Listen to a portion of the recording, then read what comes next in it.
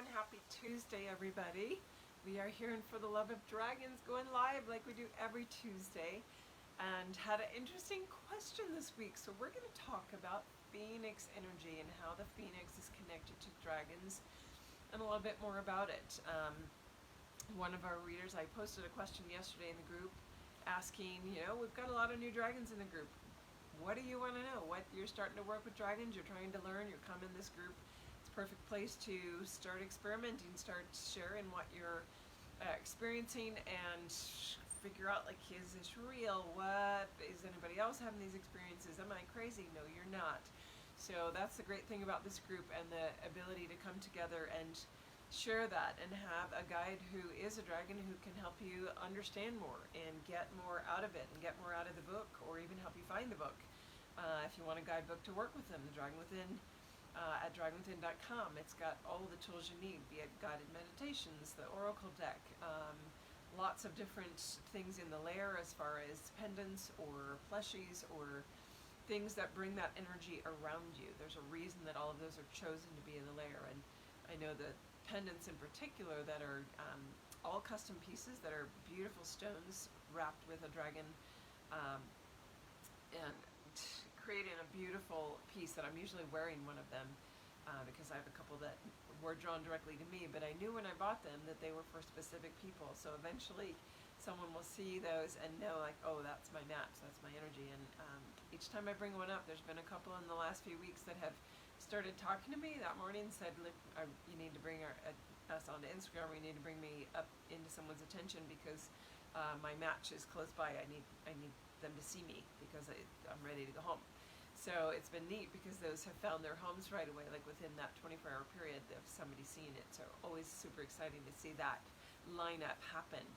So with this, let's dive into today's question about, I do briefly mention in the book about the Phoenix, and this person wanted to know more. And obviously they have some Phoenix energy working around them. I have seen Phoenix in the sky as well as dragons, some angelic beings, but I usually see the dragons speaking to me the most. And I remember, boy, I think it was last May, it's a year and a half ago now, after all this craziness began in the world and we started going down this path that is leading to the Great Awakening. I was out on a jog, and granted, I don't do that often.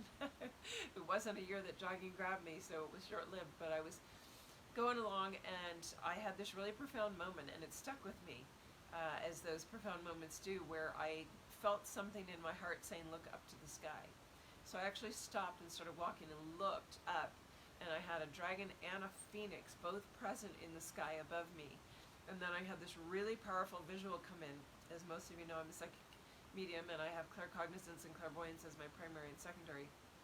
And I had this really powerful vision of literally a line of millions of people long, arm in arm, elbow to elbow, moving together in solidarity, coming together in that community that is building for the communal harmonic of 5D, and pushing through it together in solidarity, really being brought together. And I feel like that's what's unfolding now, is people really coming together to end the craziness, to recognize what's been happening, and stand for truth, stand for freedoms, stand for what they believe in, and stand with their neighbors to do so. And so that whole energy was very interesting to me, to see that, and then have the dragon and the phoenix both in the sky, because that phoenix energy is definitely linked to the dragon. And so I want to talk about how, and that this is, a lot of times I have information that it doesn't always get shared on the lives because it's part of the classwork that I do. But I feel it's important in these times to share as much as I can and bring as much out, because we need to move forward. And this is why the whole design of the new program called Quantum Flight that starts January 25th is out there. I'm doing a new 8-week program. It's literally taking the previous 8-month program, taking the foundational layers from that so that there's a foundation underneath it, but then taking everything that's new in the last year and what's coming in currently, because it's a now moment. We've got to move forward. I had a really profound experience this morning, and good to see you, Kat. Glad you could make it. had a profound experience this morning that's even taken that new information to another level where I have more and more to keep sharing. So that whole new program being built for that, of literally a launch pad for that launch pad into getting into the quantum field. It's called quantum flight because it's meant to really launch you into that space where you take off the cliff, you take that leap of faith, you take that course to set you into the merge with your light body. And so the Phoenix energy, how does that tie in? Well, going all the way back to a year and a half ago, the Phoenix presented because he is that energy of destruction to create. And one of the things that I have shared in my programs in the last few years is about how the energies, when we brought the energies down from much higher realms, higher dimensional planes, and slowly developed this third dimensional experiment. This 3D plane was a result of slowly bringing the energies down and down and down and down and down, triangulating down until we got to the lowest base form where we're at. Well, to do that, the dragon frequencies that tend to be quite high, and they were even needing to divide off in a way that really held the polarity of 3D, the polarization and duality of the black and white split, the dark and the light, the masculine and the feminine. So when the masculine and feminine division of matriarchy, patriarchy really came in for the human collective, and that imbalance there of swing, matriarchy, patriarchy, matriarchy, that is when the dragon energy really split off into Phoenix and Swan. And I won't go into the Swan right now, but many of you may have a trigger moment when I say the priestesses of the Swan. Priestesses of the Swan, it is embedded for some of you that lived through that was a matriarchal energy that was holding that profound divine feminine, but it got out of balance. Everything in 3D has been a distorted reality, so that energy being distorted. But here, the Phoenix energy holding the masculine of that. So the dragon energy splitting in its lowest split off in density. Taking it, so this is different than the black and white that allowed the elemental realms to be created. So the black and white's the original duality or polarization of energies.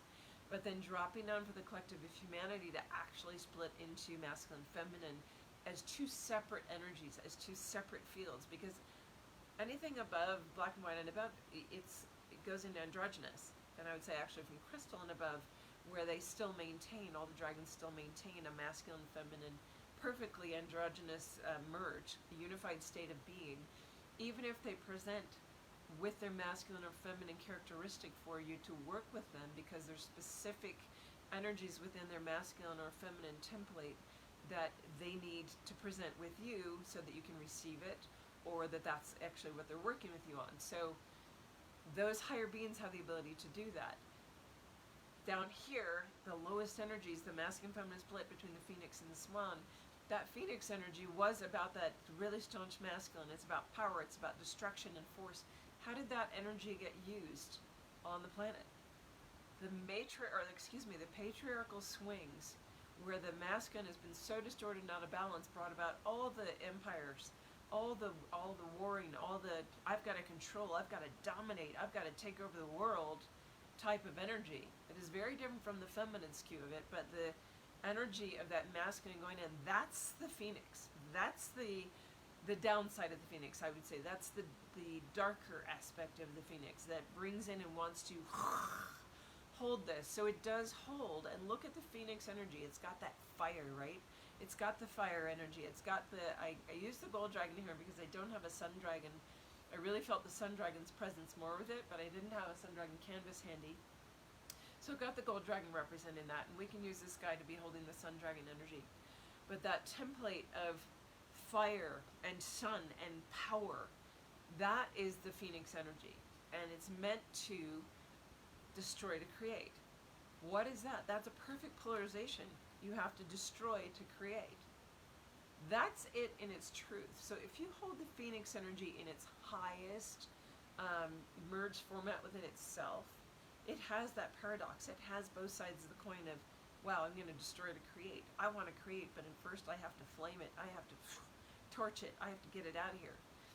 The skew of that for humanity was taking that Phoenix energy and using it with the power lineage that it holds to distort power, to take the control aspect and need to dominate, need to conquer and own and control all of it. And it was like those beings, they never had enough. There was never a satiation point of, oh yeah, my realm's big enough, I'm good here.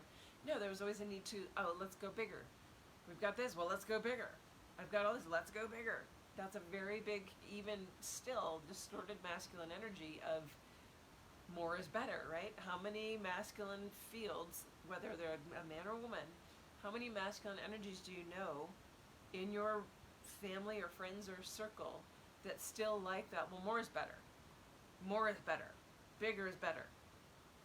That is that Phoenix energy. That is what is distorted of it, taking the dragon unified energy and splitting it down. Well, as we bring it back up and we bring that energy, it doesn't mean that everything about Phoenix energy is this skewed, distorted one. That's how the human collective has played it out. But the beauty is that the true masculine beauty within the Phoenix energy, so the Phoenix and the Swan are really a divine masculine and a divine feminine without this distortion. So when they hold their own inner union, a divine masculine has its own inner state of union, a divine feminine has their own inner state of union. When they come back together, they come into the merged state and they hold that dragon energy. They come back in and they hold the template that can go across multiple dimensions that the dragons hold. So the Phoenix energy coming back in is to come back in its purest divine masculine form. So this is where 3 years ago, and it was November 7th, 3 years ago, we just had a ceremony again, completing. I didn't even know that would happen, but my Dragon Hearts, we had a gathering on November 7th, and it was literally seeing the completion and release of the female black dragon that was raised up in Africa 3 years ago. But that coming now into its own right, the Swan and the Phoenix are part of this healing of the templates of completion for the earth as we know it. That as we go into the higher realms, all of the elementals come together in their unified state, because even the elementals, we've had the masculine and the feminine water dragon, the masculine and the feminine earth dragon, air dragon, fire dragon. They too were separated, as were the black and the white, into their counterparts and allowed those energies to be skewed and distorted. Well, as those come back together, we come into that union within. So if the Phoenix is representing and holding energy for you, hold it in its truest divine masculine, of the masculine energy versus the feminine that holds true power, true knowing, true sacred ability to create with force, to create with strength. Not force in a forceful way, but the initiative, creative force behind creation. There's got to be that element of power that is the fire breath that breathes out and breathes life into something, be it your own creation, be it whatever. That's the Phoenix energy that is rising again, because as the feminine was able to come up into balance and not have the skewed patriarchy, skewed masculine energies that were overriding and overruling and dominating for so long, well, when the black dragon female rose back into position, that started balancing the scales, which allowed the Phoenix energy to come into its own right and be seen for what it is. To be seen as that breath of fire, the initiative force that wants to create. And in order to create, if we need to burn this down, in order to rise up anew into something more beautiful than was there, and that old template, does it mean that structures need to be razed to the ground? Sometimes. Sometimes the foundational things that we have so much old energy that would skew and start, that they just need to be released completely in order to have a new framework. So there will be situations where something needs to be absolutely started over from scratch. But there's others where it's, all right, let's bring in to balance and let this just come into its new visual, into its new makeup, in order to find its place in the world. And it will have a balanced place as things with the feminine are standing next to it. And that we start to have those energies working together again. So this is the Phoenix energy, the divine masculine, that is holding the true positioning of the masculine energy as the strength behind. And where does that creative force, that breath come from? It doesn't create on its own. It's still breathing up and out of the void that is the feminine birthplace of creation. That's where the swan energy and the phoenix work together. She's in the background. She's sort of like the invisible void that is like the birthplace, the womb space that allows her impetus, you could even call it her fertile egg, to be pushed through, have the fire brought into it to birth something up and into the realm. So I hope that's making sense. I went on a little bit longer than I expected to, but it's exciting energy to talk about the phoenix, because it is about the phoenix rising. It is about that beautiful divine masculine coming up into its right place in association with the old masculine energies that were part of it but were skewed and over focused on.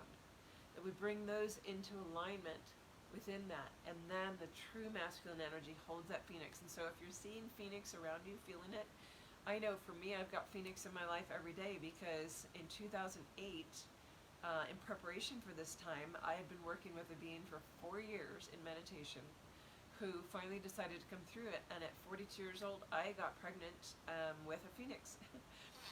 And here I was, I'm dragon, and this phoenix birthed through, and he is holding that today and coming into his own.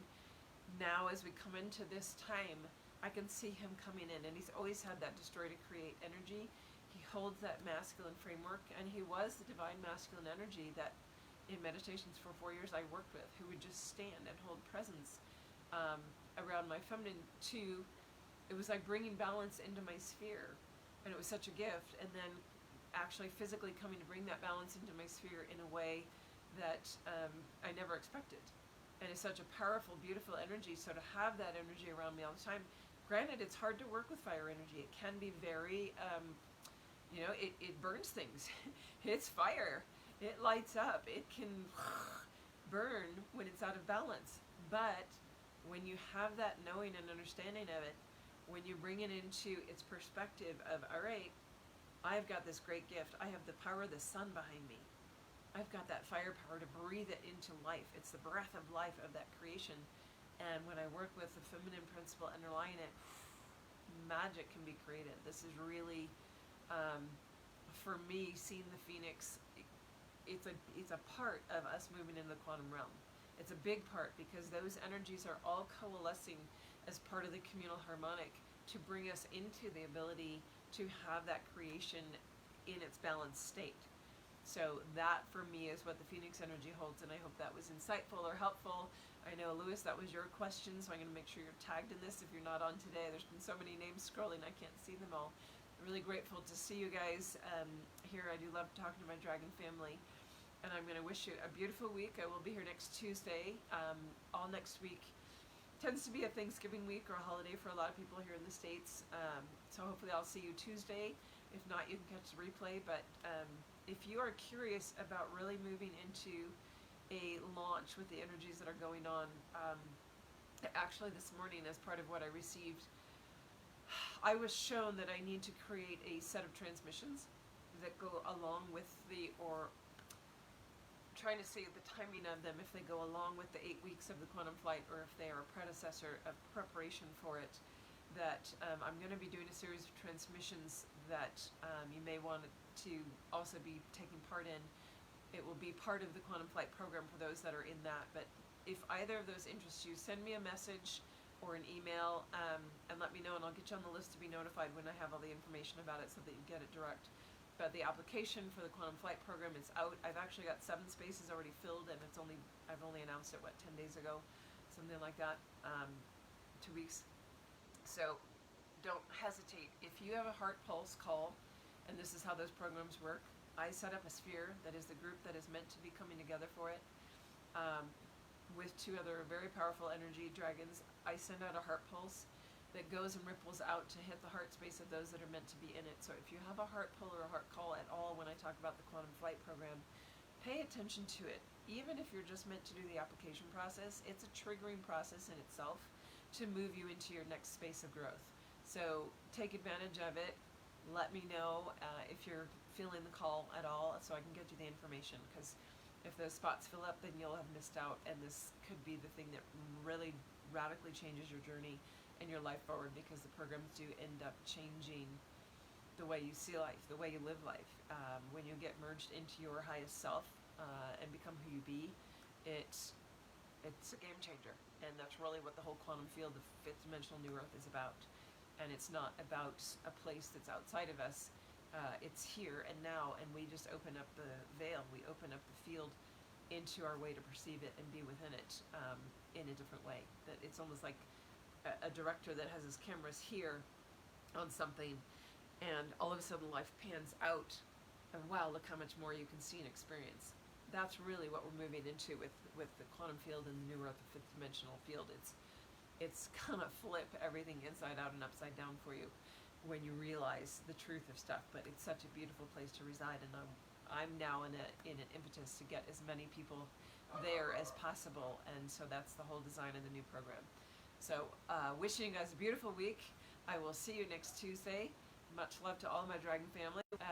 Nice to see Nikki there. It's been ages since I've seen your name on the screen. Lovely to see everybody. We'll see you next Tuesday. Bye for now.